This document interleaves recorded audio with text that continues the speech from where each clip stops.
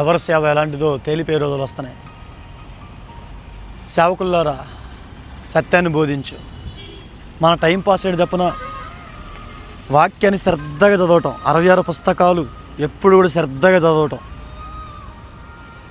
వాటిని వివరించి చెప్పే జ్ఞానం దేవుడిని అడగటం, ప్రార్థనలో గడపటం, పైనున్న వాటి గురించి ఎలా చెప్పాలని, నత్తుకునే విషయాలు ఎలా చెప్పాలని, ఎప్పుడు కూడా దేవుడు గొప్పతనం ఎలా చెప్పాలని మనం వాటి గురించి గొప్పగా ప్రకటించటం. ప్రియా దేవుని పిల్లలారా, మీరు ఆలోచించండి. వాక్యం ఓడి సెలవిస్తుంది, పరిశుద్ధులకు ఒక్కసారి అప్పగింపబడిన బోధ నిమిత్తం పోరాడండి. ఒక సేవకుడు ధనానికి లొంగిపోకూడదు, ధనాన్ని ఆశించి వాక్యాన్ని మార్చకూడదు, ధనం కోట్లు వెనకేసుకోవాలి, సంపాదించాలని వాక్యాన్ని వ్యాపారంగా చేయకూడదు. మనుషులు మెప్పు కోరి వాక్యాన్ని ఎప్పుడు కూడా తప్పికూడదు. మనుషులకు అనుకూలంగా వాక్యం చెప్పకూడదు. మనుషులు మెప్పు కోరి శరీర సుఖాలకు లొంగిపోయి మాయ చేసే మాటలు వాక్యం ద్వారా చెప్పకూడదు. వాక్యాన్ని మాయ చేయకూడదు. వాక్యాన్ని కథలుగా మాయ మాటలు చెప్పకూడదు.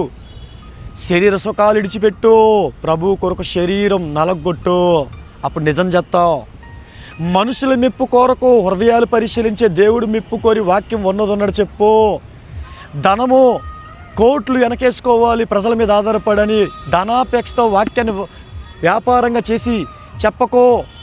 ఎప్పుడు కూడా దేవుడిచ్చిన వరకు తృప్తి కలిగి ఉన్నదన్నట్టు ప్రకటించు.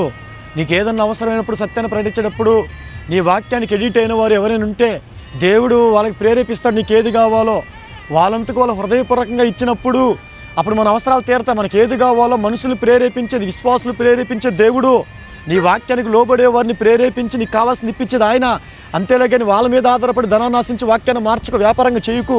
వాక్యాన్ని ఉన్నది చెప్పు. నీకు ఏదైనా అవసరమైనప్పుడు ఇదిగో విశ్వాసులకు ప్రేరేపించి నీకు కావాల్సిన ఆయన ఇప్పిస్తాడు. ఆయన మీద నమ్మకం పెట్టి ఉన్నదన్నట్టు వాక్యం ప్రకటించు. మనుషుల మీద ఆధారపడకు, దేనికి లొంగిపోకు. చెప్పాను కదా, ప్రభు ఏ సమయం ఏది కావాలో మనకిస్తాడు. సేవకులారా, ఎప్పుడు కూడా మనుషులకు అనుకూలంగా వాక్యం చెప్పకు, మనుషుల మెప్పు కోరకు శరీర సుఖాలకు లొంగకు, ధనాపేక్షతో వాక్యాన్ని వ్యాపారంగా చేయకు. రోషంగా ప్రకటించు.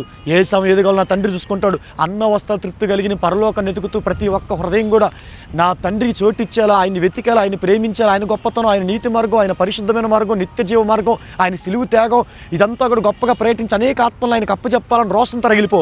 ప్రభు ఎప్పుడు నీ సువార్తని వర్ధిల్ల చేస్తాడు, అనేకులు నీ ద్వారా రక్షిస్తాడు.